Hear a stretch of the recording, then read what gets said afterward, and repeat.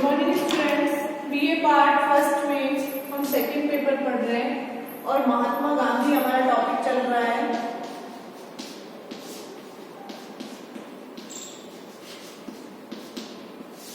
गांधी जी के सिद्धांतों का हम अध्ययन कर रहे हैं। हमने सत्य अहिंसा का अध्ययन किया है। इसके बाद में हम सत्याग्रह पढ़ रहे हैं। गांधी जी का जो सत्याग्रह का सिद्धांत था हम उसको पढ़ रहे हैं कि सत्याग्रह की मूल मान्यताएं क्या है, एक सत्याग्रह में कौन कौन से गुण होने चाहिए। इसके बाद में है सत्याग्रह के विभिन्न रूप जो हमने पढ़े। लास्ट में सत्याग्रह का मूल्यांकन पढ़ रहे थे, जिसमें पढ़ा कि अहिंसक साधनों से सामाजिक और आर्थिक परिवर्तन लाना अत्यधिक कठिन है। और इसके बाद पांचवा लास्ट है सत्याग्रह के नाम के दुरुपयोग की आशंका।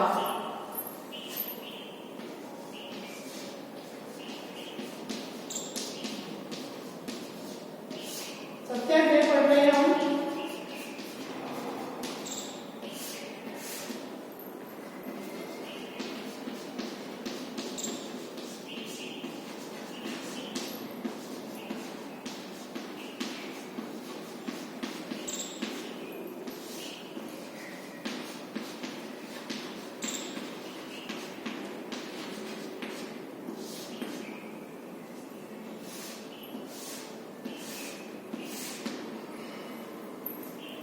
सत्याग्रह के नाम की दुरुपयोग की आशंका।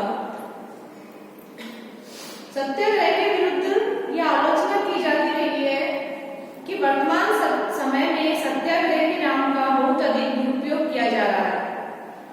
विभिन्न पक्षों के द्वारा अपने शूद्र यानी कि छोटे स्वार्थों की पूर्ति के लिए जो आंदोलन किए जाते हैं, उनके द्वारा उन्हें भी सत्याग्रह कह दिया जाता है, जबकि वास्तव में ये सत्याग्रह है होकर के दुराग्रह होते हैं। कुछ स्वार्थी संगठन होते हैं, स्वार्थी ग्रुप होते हैं जो सत्याग्रह नाम का यूज करते हैं, प्रयोग करते हैं, दुरुपयोग करते हैं और अपने स्वार्थों की पूर्ति के लिए कुछ आंदोलन चलाते हैं और उन स्वार्थों की पूर्ति के लिए चलाए गए आंदोलनों को वो सत्याग्रह का ही नाम दे देते हैं, जो कि गलत है।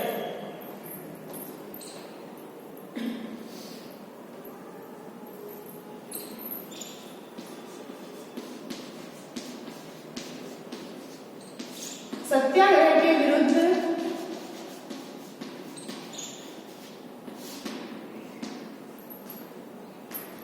एक आलोचना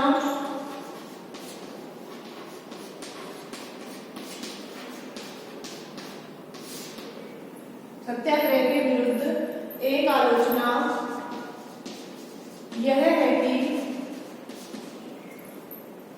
आलोचना यह है कि वर्तमान समय में सत्याग्रह नाम का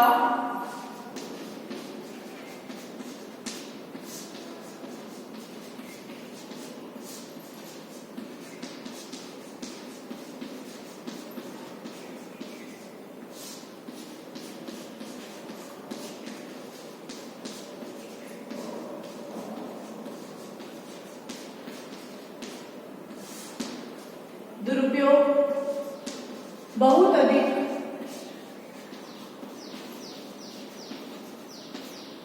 किया जा रहा है।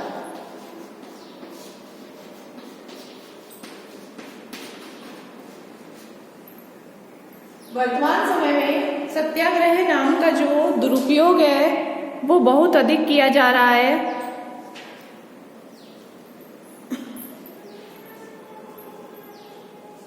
विविध पक्षों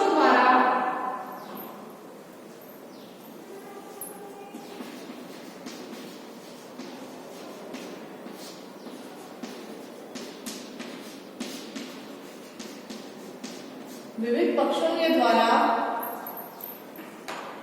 सत्याग्रह के नाम पर अपने शूद्र स्वार्थों की पूर्ति हेतु, अपने शूद्र मतलब छोटे,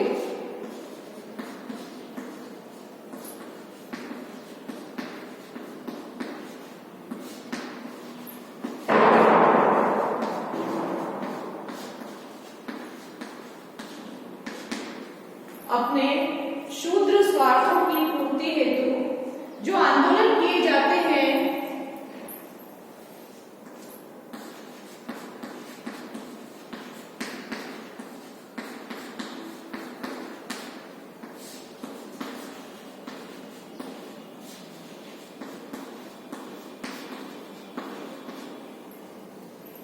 पूर्ति हेतु जो आंदोलन किए जाते हैं, उनके द्वारा उन्हें भी सत्याग्रह कहा जाता है।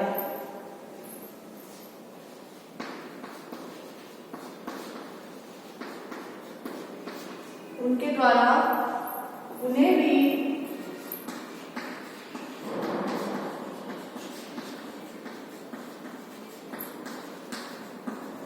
सत्याग्रह कहा जाता है। कि छोटे स्वार्थों की पूर्ति के लिए जो आंदोलन किए जाते हैं, उन आंदोलनों को उनके द्वारा भी सत्याग्रह कहा जाता है, जबकि वास्तव में वे सत्याग्रह न होकर के दुराग्रह होते हैं। जबकि वास्तव में वे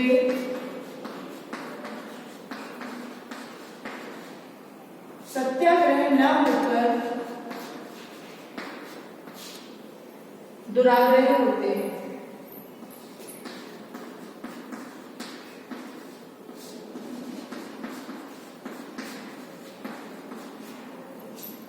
जबकि वास्तव में वे सत्याग्रह न होकर के दुराग्रह मात्र होते हैं।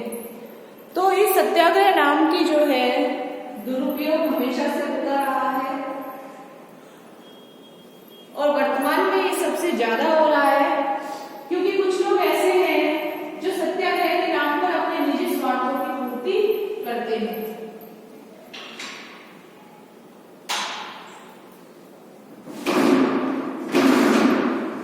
नोट कर लीजिए आप इसे।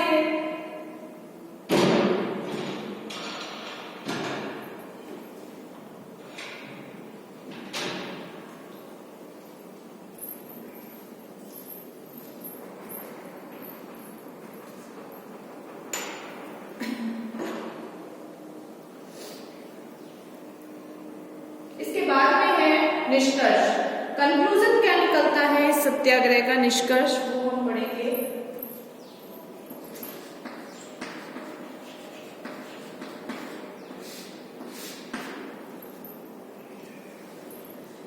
कि ये सारे विचार मंथन के आधार पर कहा जा सकता है कि सत्याग्रह का जो औचित्य और अनौचित्य है, या उसकी श्रेष्ठता या उसकी निम्नता, इस बात पे निर्भर करती है कि सत्याग्रह का जो प्रयोग किया जा रहा है वो किस तरह के लोगों के द्वारा किया जा रहा है।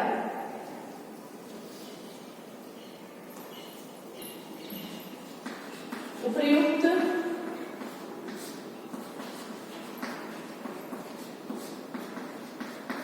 विचार मंथन के बाद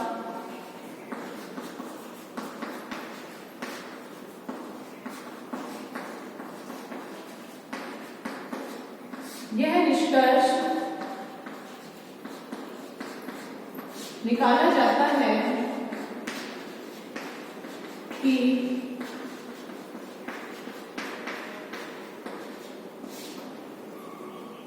सत्याग्रह का प्रयोग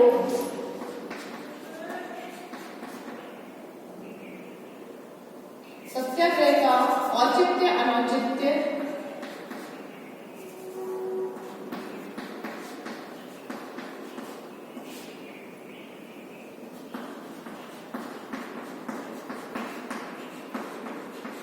औचित्य अनौचित्य, नैतिक अनैतिक,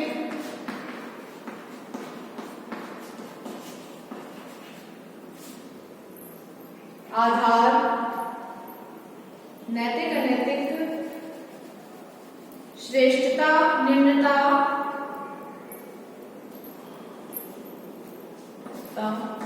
या श्रेष्ठता व निम्नता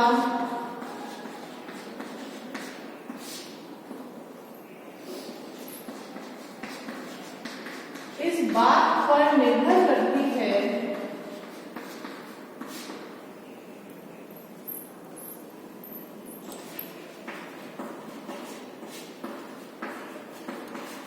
कि इस बात पर निर्भर करती है कि उसका प्रयोग किस प्रकार के व्यक्तियों के द्वारा किया जाता है।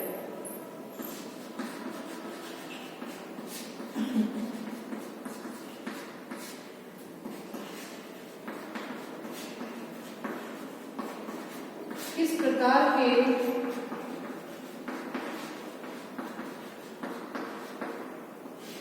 व्यक्तियों के द्वारा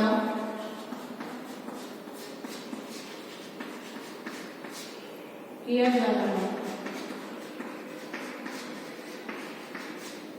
ये जो सत्याग्रह है इसका प्रयोग किस तरह के लोगों के द्वारा किया जा रहा है। अगर अच्छे लोगों के द्वारा किया जा रहा है जिनका मन साफ है तो फिर ये नैतिक है, उचित है और श्रेष्ठ है। और यदि ये दूसरे तरह के लोगों के द्वारा किया जा रहा है तो फिर ये अनैतिक है, इसका अनौचित्य है और ये निम्न भी माना जाएगा। तो इस तरह से सत्याग्रह का जो प्रयोग है वो कैसे व्यक्तियों के द्वारा किया जा रहा है, किस प्रकार के व्यक्तियों के द्वारा किया जा रहा है, यही उसकी उचितता और अनुचितता पर निर्भर करता है। नैतिक दृष्टि से श्रेष्ठ व्यक्तियों द्वारा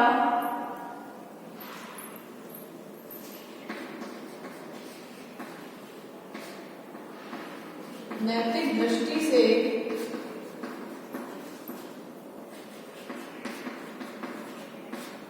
श्रेष्ठ व्यक्तियों के द्वारा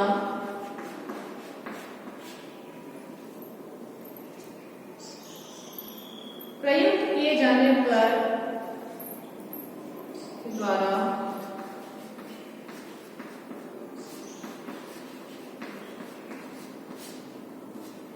प्रयुक्त किए जाने पर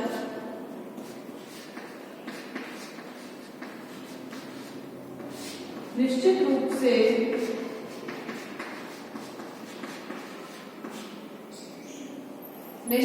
से यह वीर पुरुषों द्वारा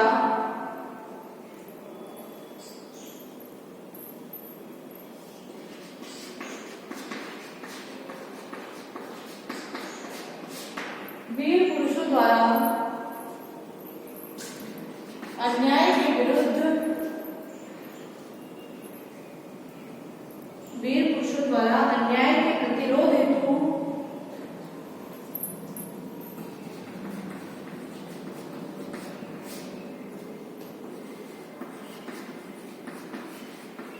अन्याय के प्रतिरोध हेतु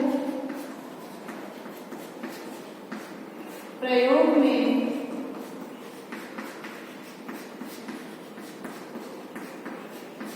लाए जाने वाला एक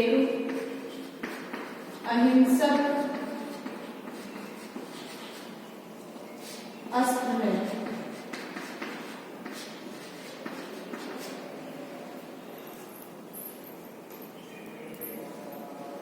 अहिंसक अस्त्र है, शस्त्र है, अस्त्र नहीं शस्त्र है। नोट कर लीजिए आप इसे।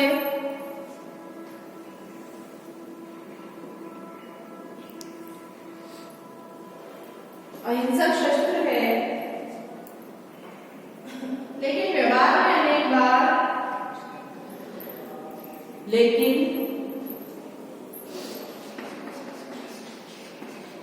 व्यवहार में अनेक बार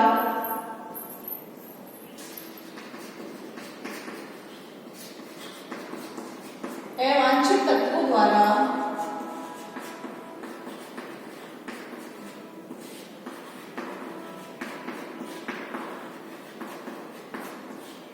अपने स्वार्थों की पूर्ति हेतु अवांछित तत्वों द्वारा अपनी स्वार्थ पूर्ति हेतु जो कार्यवाही की जाती है, अपनी स्वार्थ पूर्ति हेतु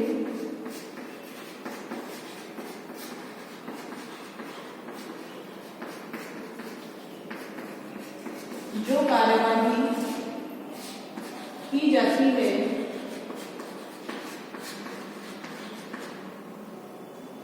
अवांछित तत्वों के द्वारा जो कार्यवाही की जाती है उसे ही सत्याग्रह का नाम दे दिया जाता है,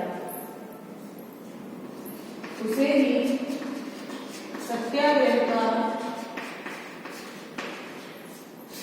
नाम दिया जाता है।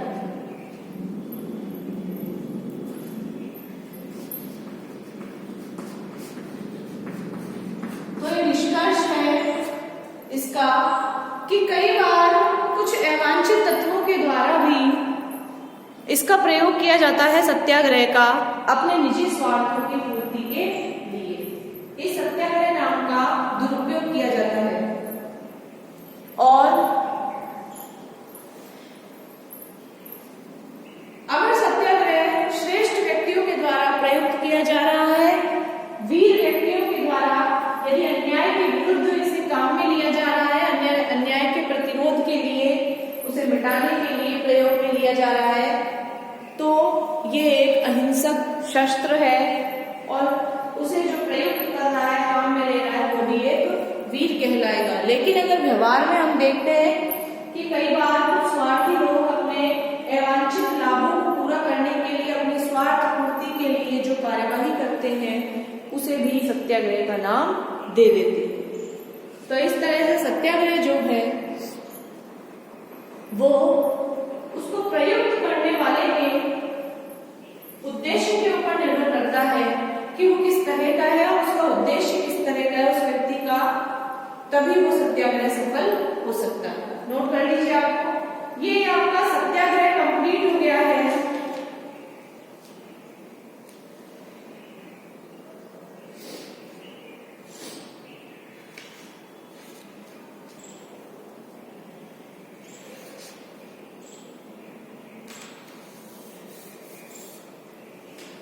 इसके बाद हम पढ़ेंगे गांधी जी के आर्थिक विचार। महात्मा गांधी ने अर्थव्यवस्था को लेकर कौन से विचार दिए वो हम पढ़ेंगे गांधी जी के आर्थिक विचारों के अंतर्गत।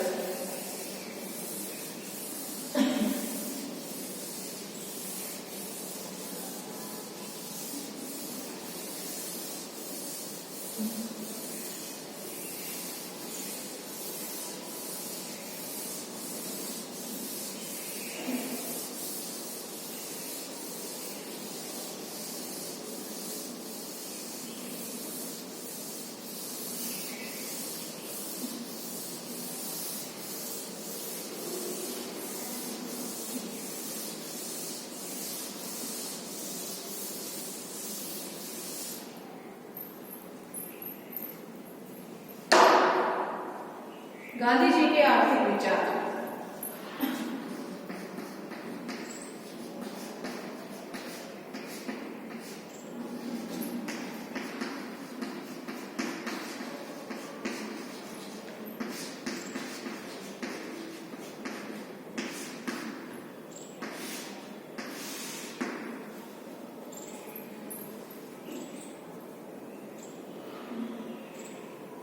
गांधी जी एक महान आध्यात्मिक पुरुष थे और राजनीति के समान ही अर्थव्यवस्था के संबंध में उनका विचार था।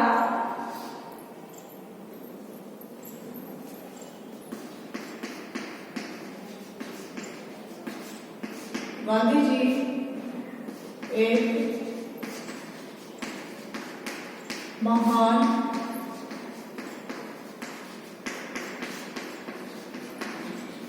आध्यात्मिक पुरुष थे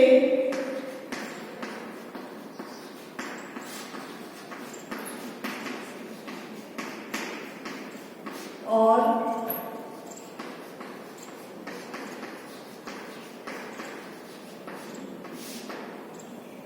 अर्थव्यवस्था को लेकर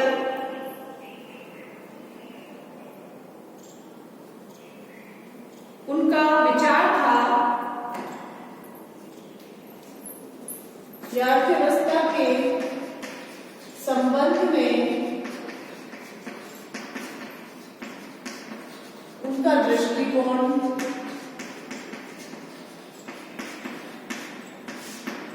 उनका जो दृष्टिकोण था वो था कि सच्चा अर्थशास्त्र नैतिकता के महान नियमों के प्रतिकूल नहीं हो सकता।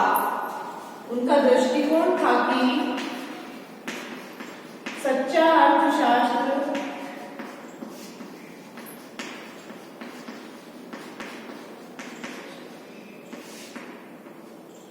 नैतिकता के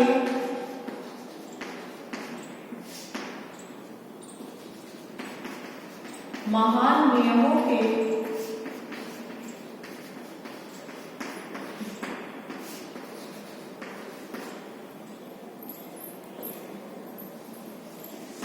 प्रतिकूल नहीं हो सकता।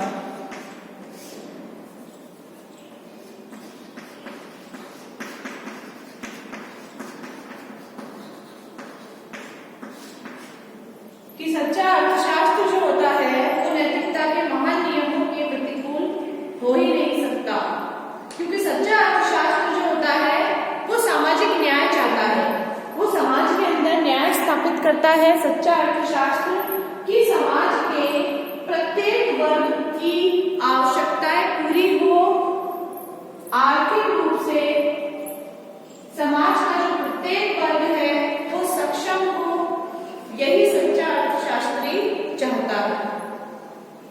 वह प्रत्येक व्यक्ति का, यहाँ तक कि दुर्बल व्यक्ति का भी सामाजिक हित चाहता है और अच्छे जीवन के लिए ये आवश्यक भी है।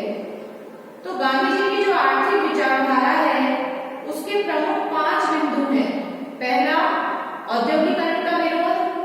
दूसरा, कुटीर उद्योग धंधों का समर्थन। तीसरा है व्यक्तिगत संपत्ति और प्रन्यास धारणा।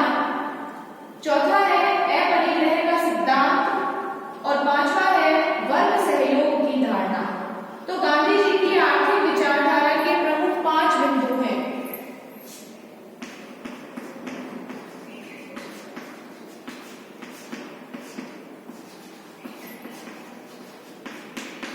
अर्थव्यवस्था से संबंधित जो आर्थिक विचारधारा है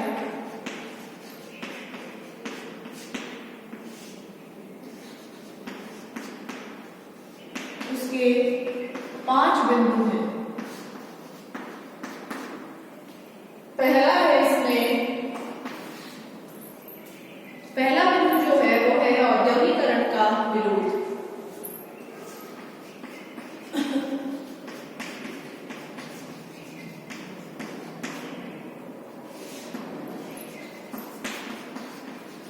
गांधी जी ने उद्योग धंधों मशीनों का हमेशा से विरोध किया है,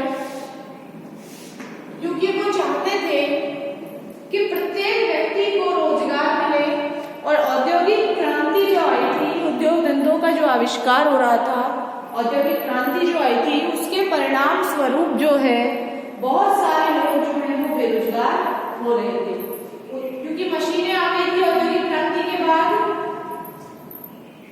और उन मशीनों के माध्यम से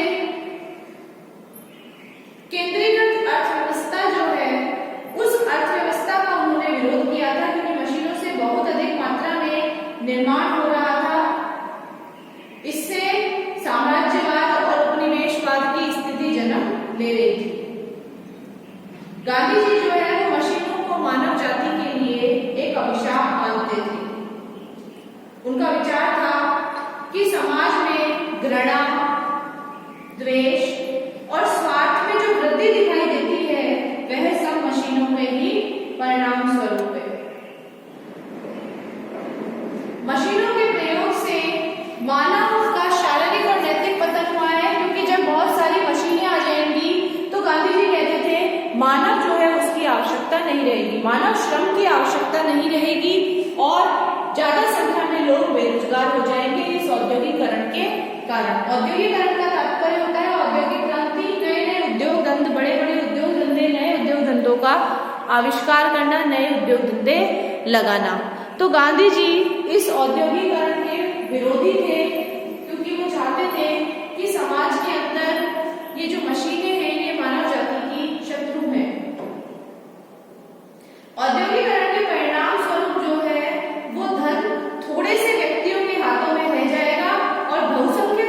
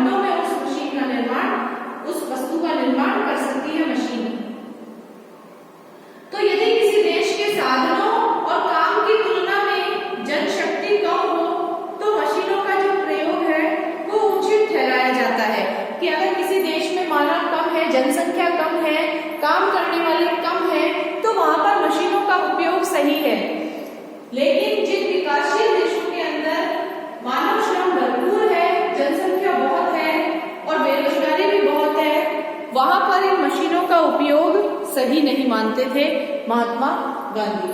तो गांधी जी के आर्थिक विचारों में औद्योगिकरण का सदैव विरोध रहा है, लेकिन इससे ये मतलब नहीं होना चाहिए कि गांधी जी ये कहते थे कि सारी ही मशीनें खराब है या सब प्रकार की मशीनों के वो पूर्णतः विरुद्ध थे, ऐसा नहीं था। मशीनों के प्रयोग के संबंध में जो है गांधी जी का जो साधारण सिद्धांत था वो ये था कि जो मशीनें सर्वसाधारण के हित साधन में काम आती है उनका प्रयोग उचित है, जैसे रेल, जहाज, सिलाई की मशीन, चरखा आदि के वो समर्थन थे क्योंकि ये मानव के लिए आवश्यक है। किंतु उनका विचार था कि विनाशकारी और मानव शोषण को प्रोत्साहित करने वाली जो मशीनें हैं, जो वस्तुओं का निर्माण करती है, उन्हें प्रयोग में नहीं लेना चाहिए, उन्हें त्याग देना चाहिए। तो गांधी जी के आर्थिक विचारों में औद्योगिकरण का विरोध किया गया है, लेकिन गांधी जी ने ये बताया है कि वो हर तरह की मशीनों के विरुद्ध नहीं है, बड़े बड़े उद्योग धंधों के विरुद्ध है जो लोगों को बेरोजगार करते हैं, लेकिन उन उद्योग धंधों के विरुद्ध वो नहीं है जिनसे कि लोगों को रोजगार प्राप्त होता है या लोगों के रोजमर्रा की जो जरूरतें हैं वो पूरी होती है, जैसे कि रेल है, जहाज है, सिलाई मशीन है, चरखा है, क्योंकि चरखा भी एक मशीन है और गांधी जी भी सूत काटते थे जिससे कपड़ा बनाया जाता था और इस चरखे से लाखों लोगों को रोजगार मिल रहा था। तो इस तरह से औद्योगिकरण का विरोध है। दूसरा है इसमें गांधी जी के जो आर्थिक विचार है कि कुटीर उद्योग धंधों का इन्होंने समर्थन किया है। कुटीर का मतलब जो छोटे छोटे उद्योग धंधे हैं।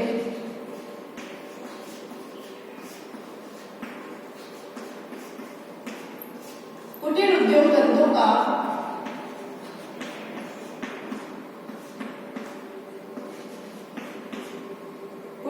धंधों का समर्थन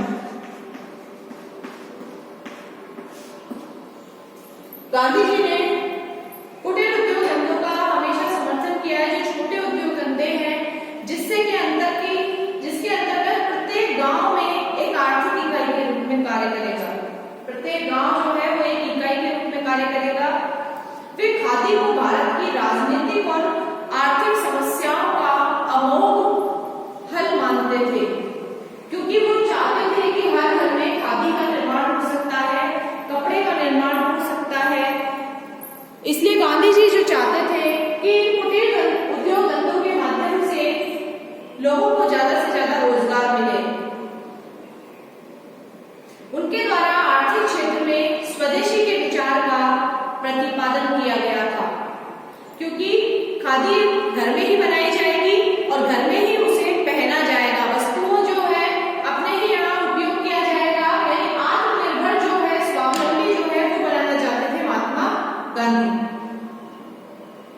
गांधी जी का यह विचार था कि प्रत्येक देश की जो अर्थव्यवस्था है वो वहां की जलवायु, भूमि तथा वहां के निवासियों के स्वभाव को ध्यान में रखते हुए निश्चित की जानी चाहिए। और इन बातों के आधार पर जहां तक भारत का संबंध है, भारत के लिए कुटीर उद्योग धंधों की व्यवस्था ही सबसे उत्तम है, क्योंकि अगर भारत की भूमि, वहां की जलवायु या वहां के मनुष्य को देखा जाए, उसके विचारों को देखा जाए, तो वहां पर कुटीर उद्योग धंधे ही सबसे ज्यादा सही है, क्योंकि जनसंख्या बहुत ज्यादा है, लोगों को काम बहुत ज्यादा चाहिए, वस्तुओं की खपत भी ज्यादा है, परिवार बड़े हैं, तो उसके अंदर कुटीर उद्योग धंधों को उन्होंने समर्थन दिया है अर्थव्यवस्था को सही करने के लिए। और गांधी जी ने भी भारत के लिए कुटीर उद्योग धंधों को ही सबसे प्रमुख और उचित सर्वोत्तम माना है। नोट कर लीजिए आप इसे। गांधी जी के आर्थिक विचार है, पहला इसमें औद्योगिकरण का विरोध गांधी जी ने किया है, दूसरा है कुटीर उद्योग धंधों का समर्थन किया है महात्मा गांधी ने,